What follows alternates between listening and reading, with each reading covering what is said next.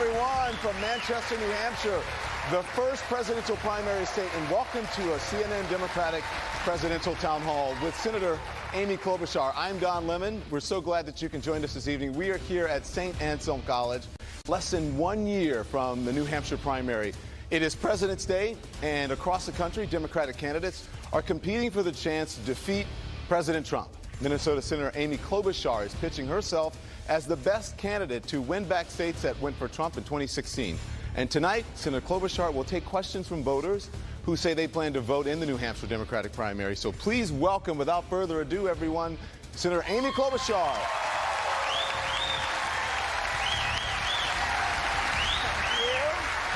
Hi, Senator. How are you? Great to be here. Good to see you. Have a seat. Thank you. Have a seat. Thanks, everybody. Thank you. Thank you. Senator, it is President's Day. Happy President's Day. That has a nice ring to it, doesn't it? Oh, it certainly does. You like the sound of that? I think it sounds pretty good, and it's great to be in.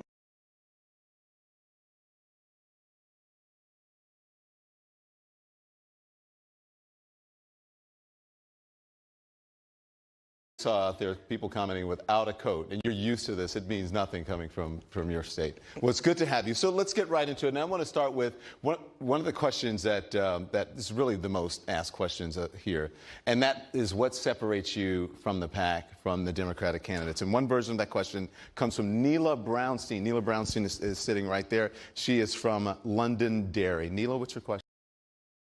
Substitute teacher, by the way. I'm a moderate Democrat with progressive leanings who believes in the American message of hope and opportunity for all.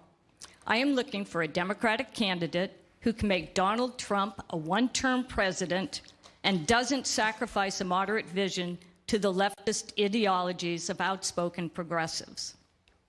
I want to hear achievable goals that benefit minorities and the middle class now and are not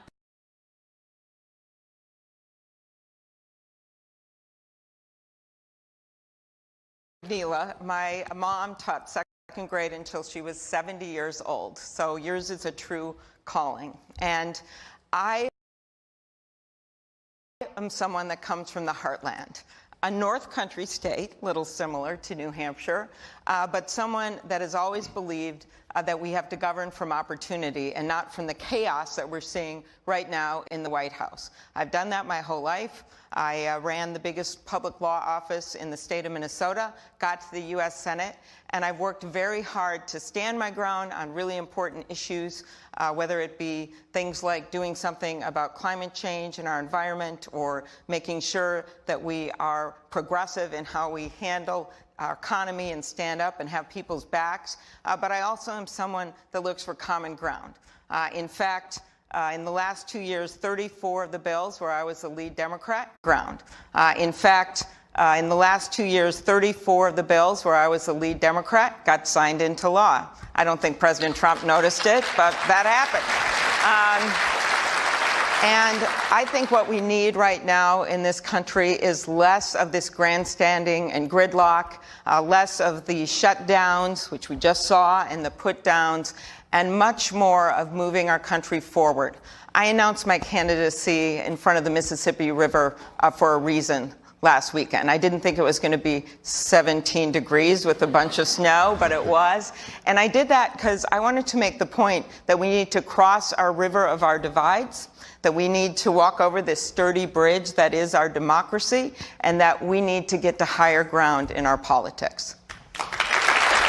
Senator, Pam's question was, I want to get into some of the issues that are defining this race already. Okay. Some of the major issues, right? Mm-hmm. Pam Clark is here. Pam, you will relate to this as a retired school teacher, as your mom was a teacher. And there she is. She has a question for you. Pam, what do you have? She's from Westmoreland, by the way. Okay. Why can't we have Medicare for all? Oh, I'm sorry. Why can't we have Medicare for all? I have heard all the excuses why we can't have it in our country, while all the other industrialized countries have it and it seems to work. What makes us the exception? What has made us the exception, and thanks for that question, because what's been going on in this country is just wrong. You've got people that still can't afford their health care. You have people that can't afford their prescription drugs. And that's why I believe we have to get to universal health care in this country.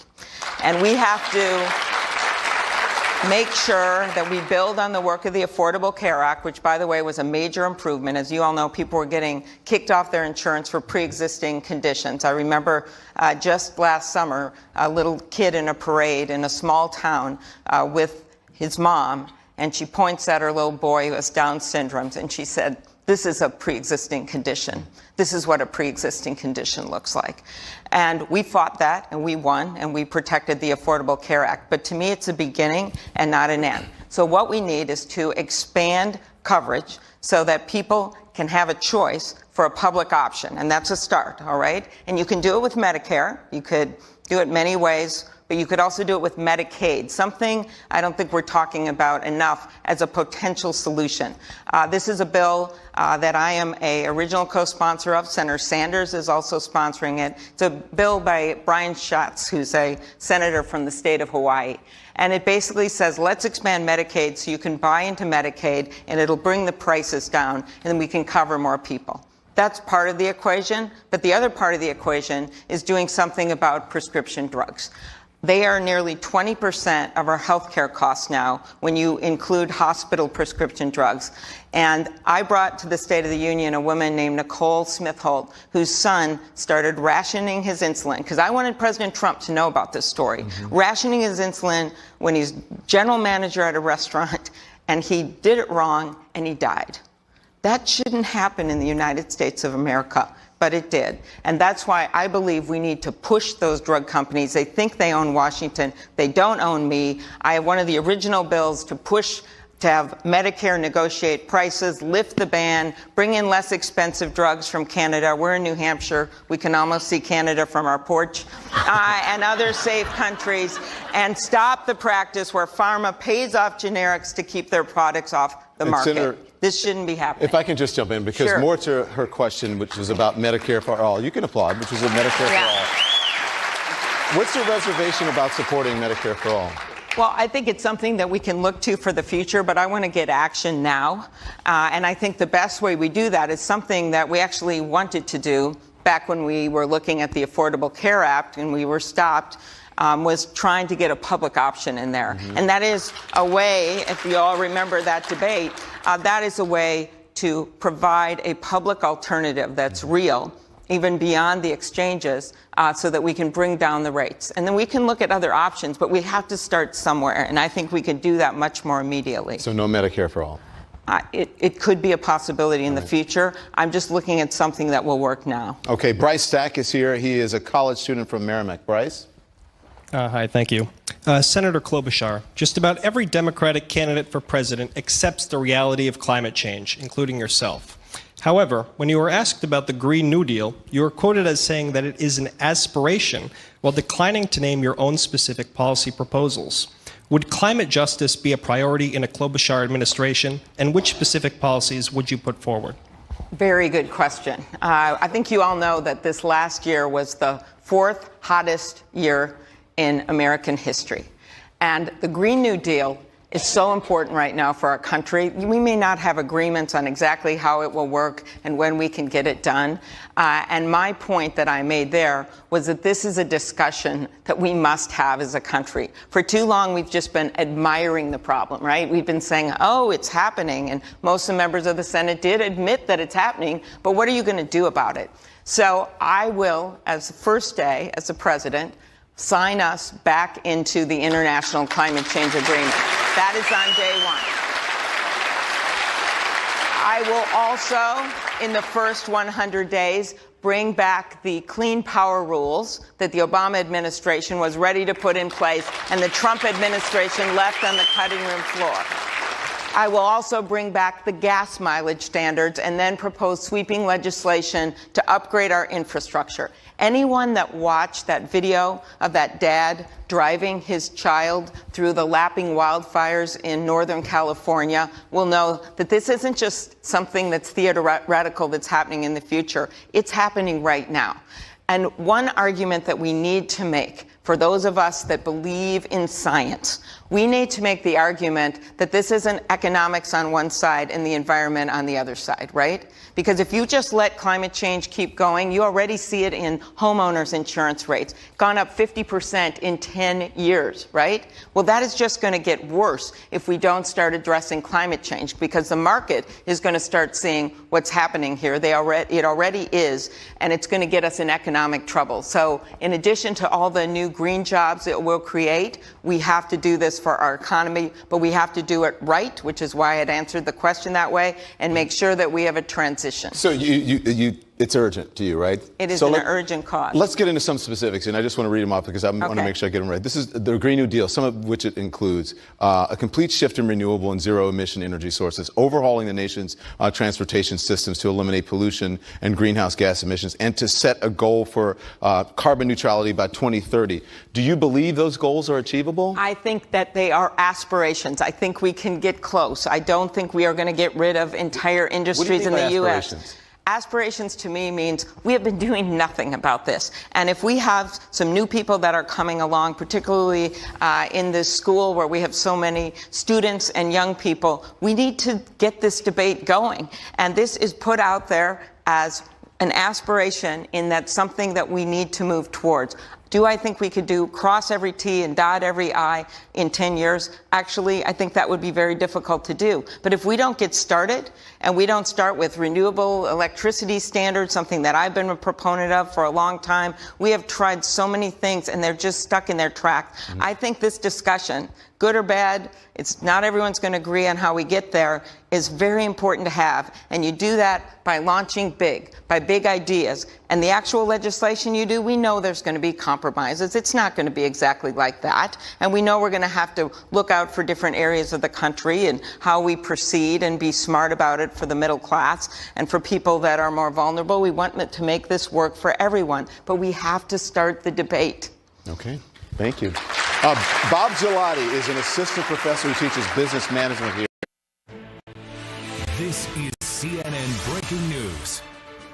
Here at St. Anselm. Bob, go ahead. Thank you. Okay.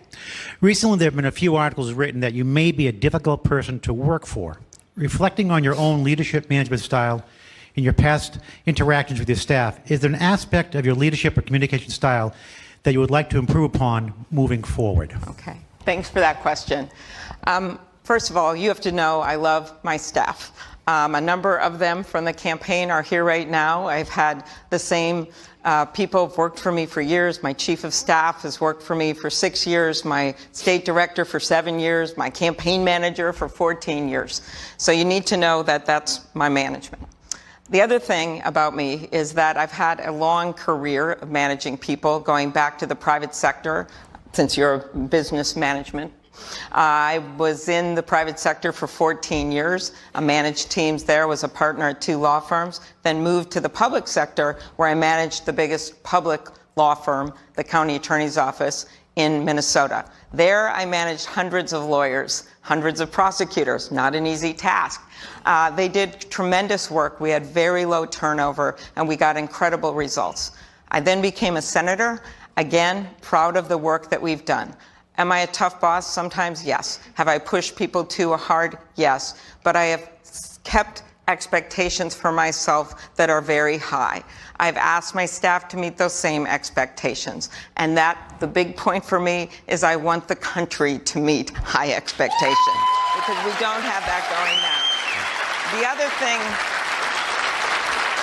one other point is I hope as we go along this campaign trail, and you in business understand undertaking a presidential campaign, that's a pretty good way to judge people and how they manage something. But I hope that you'll be able to hear and meet some of the people that I'm so proud of. My constituent services director, Clara Haycroft, been there for a decade.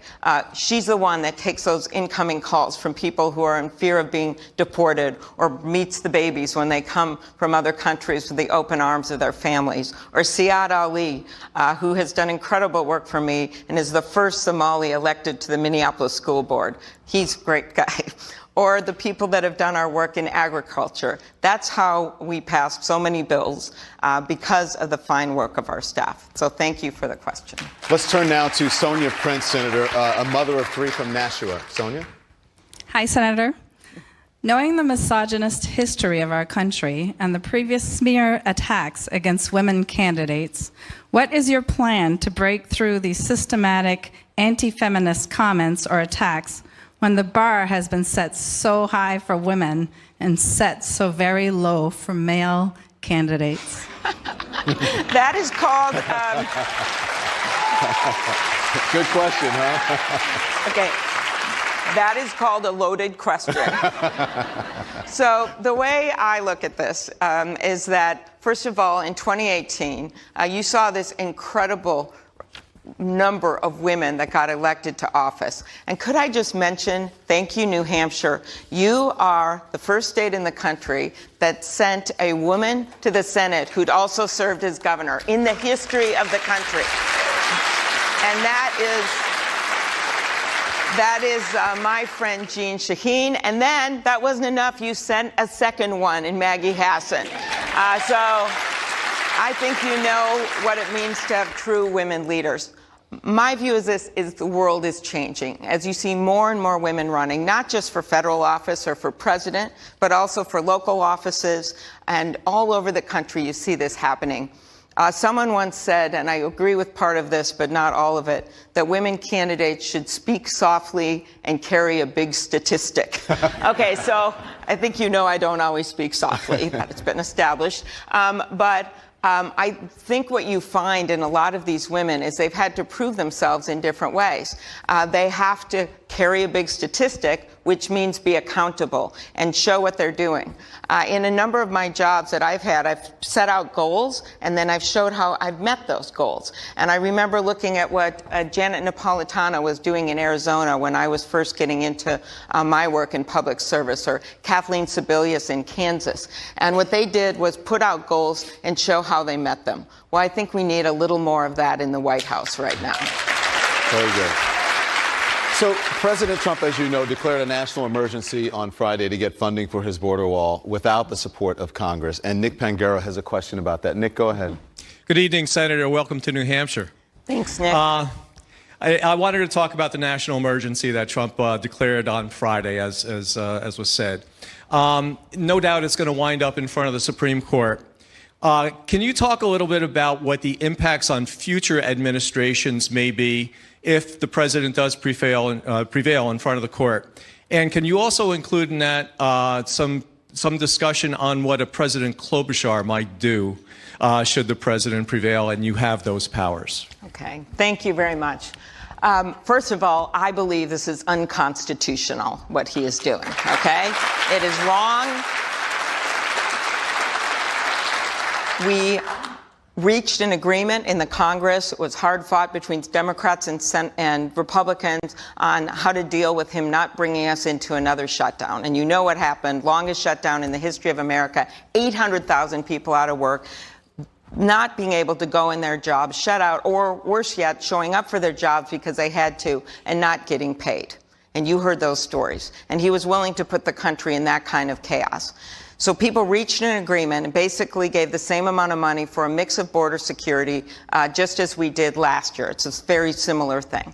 But what he did then, that wasn't enough, because I guess he'd made this campaign promise and everyone started chanting with him. He then goes to this emergency declaration. Well, last time I checked, emergencies are things like the wildfires in Colorado. They're things like Hurricane Sandy. They're things like what we just saw happen in Florida. So this is unprecedented for him to declare something like that an emergency. The other piece of it, which gets to the balance of powers and what should be going on here, is that he's going to be, he says, paying for it from other parts of the budget. For instance, from our troops and from their housing and things like that. I think we should be standing up for our troops and not taking that money away for his wall.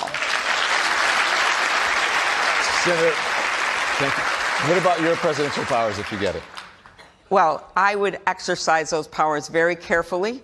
I think you have to be very careful about how you do that. But you have emergencies that come up in this country all the time. You know that. And you have to be able to respond quickly, but to respond thoughtfully. And I believe in respecting the Constitution of the United States of America. All righty. One down. One down. We're going to be right back with the CNN's Democratic Presidential Town Hall with Senator Amy Klobuchar. So make sure you stay with us.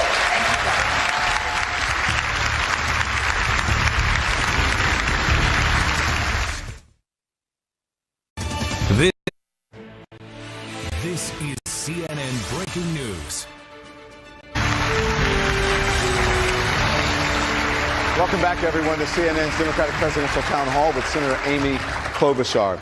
Senator, I want to talk about an issue that's very personal to you that you discuss and that you wrote about in your memoir. And to help us do that, I'm going to bring in Kathleen O'Donnell, a family lawyer from Keene. Kathleen? Senator Klobuchar, during the Kavanaugh hearing, you referenced being the daughter of an alcoholic. Can you elaborate on how your family history affects your stances on health and addiction policy and funding? Given its issue, some families experience. Sorry about that. No, don't worry. It's not an easy question to ask, so thank you very much. So for me, like a lot of people, I grew up in a family with alcoholism and addiction. And my story actually is one my dad has told himself. So when that hearing happened, some people said to me, "Are you telling his story?" And it's something that he has been public about. And he struggled with alcoholism my whole life growing up. He had a number of drunk driving incidences, and back then they didn't really take them that seriously, so he kind of just kept drinking. And so I had a lot of times in my life where I was taking the keys away or saw him drinking down in the basement, and it was a hard thing. So when that happened at the Kavanaugh hearing, I wanted to make very clear that I knew what it was like to live in a household with drinking, but that I also knew what it was like to see someone find redemption. Because eventually, after his third DWI, the laws had changed. And that's why, as a prosecutor, I really worked on felony DWI and some of these drunk driving issues, because sometimes it's tough love to get people to where they want to go. And that's what happened with my dad, because at that point he was facing jail time and he had to go to treatment. And Minnesota's got a lot of good treatment that I want to bring out to the entire country so that everyone has this kind of treatment. And in his own words, he was pursued by grace. And he continues to go to AA and is still friends of his AA group at age 90. True story. And so I was literally able to see him climb to the highest mountains. He's an adventurer, and really sink to the lowest valleys because of his alcoholism.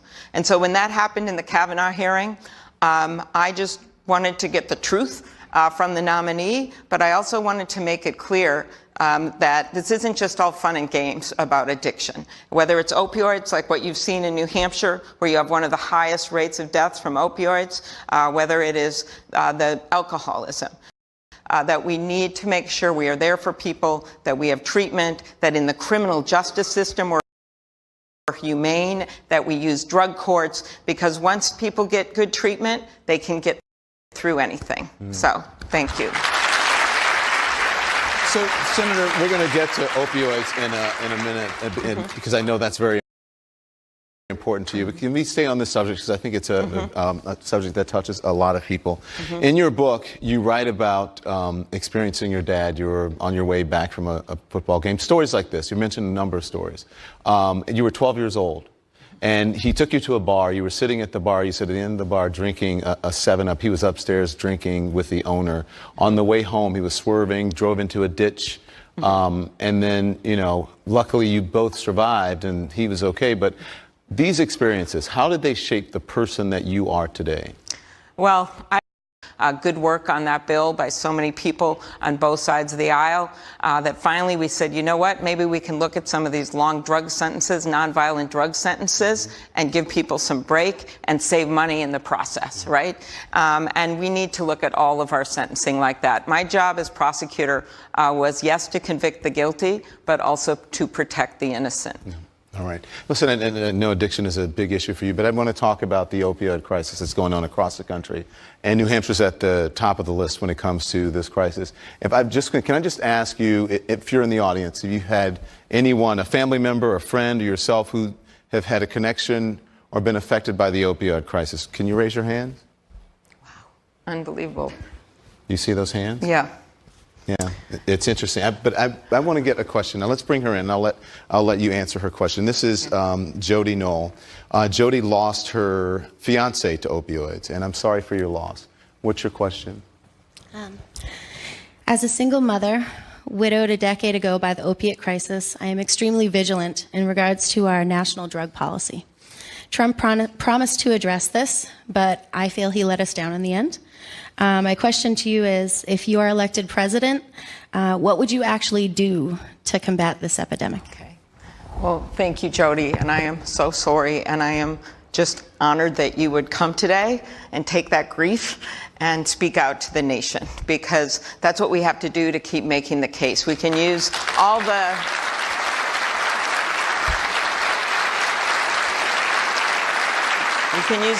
numbers and statistics that we want, but it's your face and your story that's going to make the difference. So here's what I think that we need to do. The first is to change the prescribing habits across the country, right?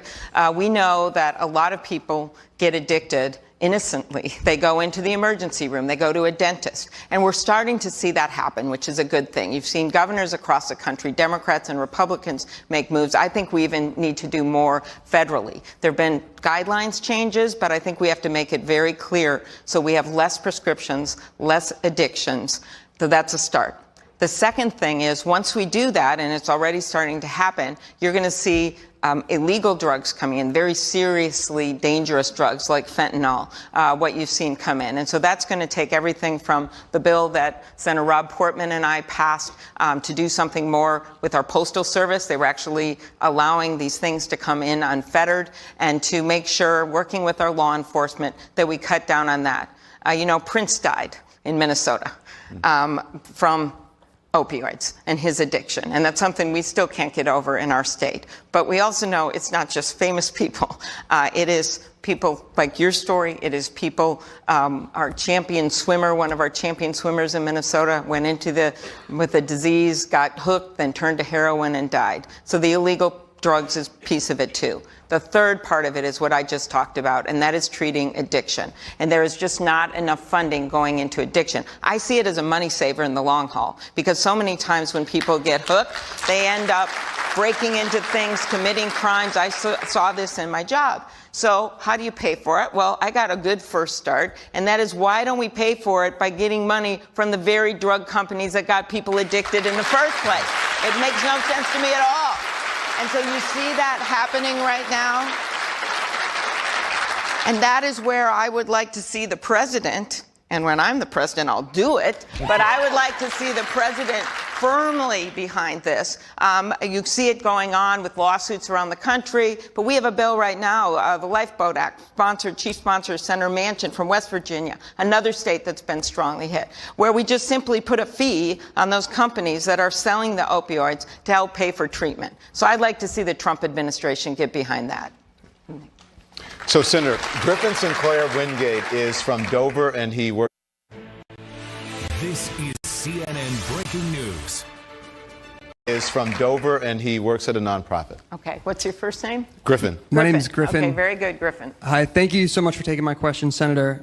So I graduated from college in 2017, and I currently pay roughly the equivalent of my rent in student loans every month.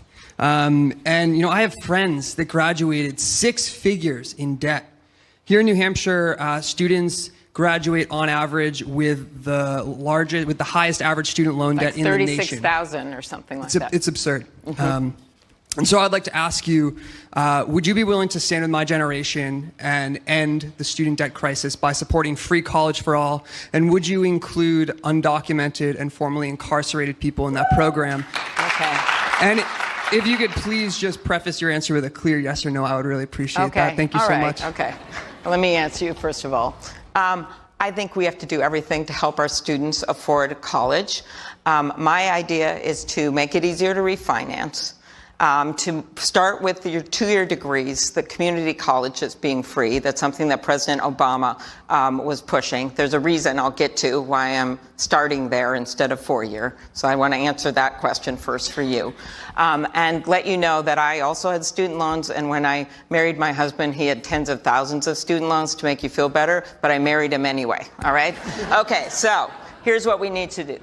The first thing is we need to make it easier to afford college. And you need to do that by making it easier to refinance these loans, by extending Pell Grants, so it includes more students. Those are simply grants, right? So if you extend those Pell Grants, that's going to make it even easier, because right now it's for a limited number of students, and I think we should expand it to more students. I think that we should do as much as we can with some of the other populations that you referred to. We've got to make it easier for people getting out of prison to afford going to school, you name it. But the other thing I want to talk about here is something, I know we're in a four-year degree school, a great school, but you also have in Manchester a two-year community college. And there's a lot of kids right now who are off the grid, right? They don't graduate from high school around the country, or they end up maybe barely graduating from high school. They accumulate debt in a four-year college. Then they end up not being able to either finish that college, or they end up not being able to get a job that pays for it. So right now there are a big number of jobs that require certifications, two-year degrees, everything from welding to technology to robotics, something big here in New Hampshire. I know Mr. Kamen with the Segway educated our whole country on robotics, and they require various degrees. So one of the things that I want to do is really have a big discussion in our country about what we do about kids that aren't graduating from high school, kids that don't get to the point of being at this great college, right? And how we get them into the certifications, the two-year degrees, and make sure that we're paying for that, because our economy needs that, and then go from there. So thank you for your question. So he did ask you yes or no. Would you support free college for all? I am not for free four-year college for all, no. Thank you. So let me ask you this, because and I wish if I was a magic genie and could give that to everyone and we could afford it, I would.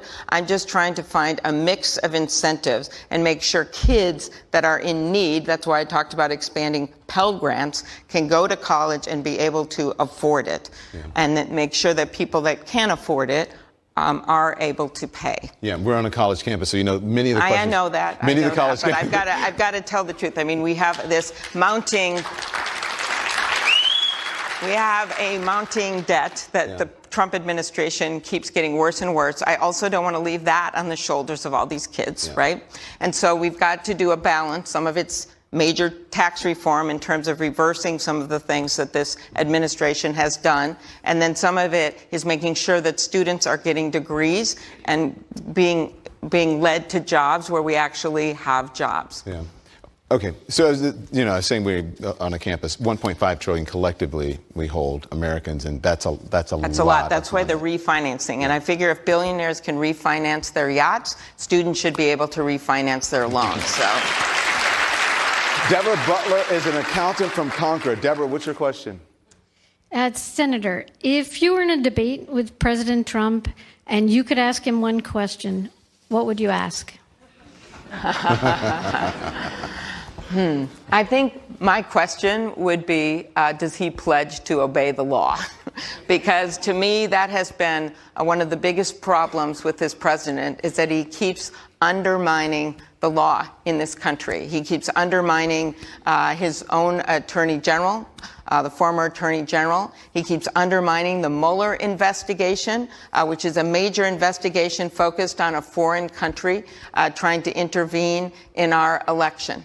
And that, to me, while there are so many things I would love to ask him, and I'm sure we'd love to ask him a number of things about what he's done and why he's done them and why he isn't consistent in his foreign policy, I think this fundamental question and pushing him on his view of the law is important, because what I see, I don't like. A few years ago, I got to go and do the Democratic dinner in Atlanta, Georgia. And when I was there, I went to the Carter Museum, the Presidential Library, for Jimmy Carter. And I was the only Minnesota geek there that started to look for all the Mondale stuff, right? I'm like, where's Joan's dress from the inauguration? But in any case, I looked on the wall as I looked for this Mondale stuff, and there was this quote from Walter Mondale. It was after they'd served for 4 years, and he was looking back at their time after they'd lost the election. And the quote said, "We obeyed the law, we told the truth, we kept the peace." We obeyed the law, we told the truth, we kept the peace.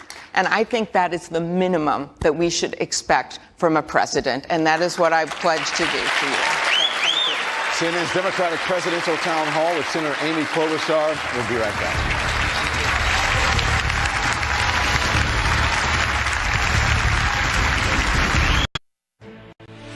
This is CNN Breaking News.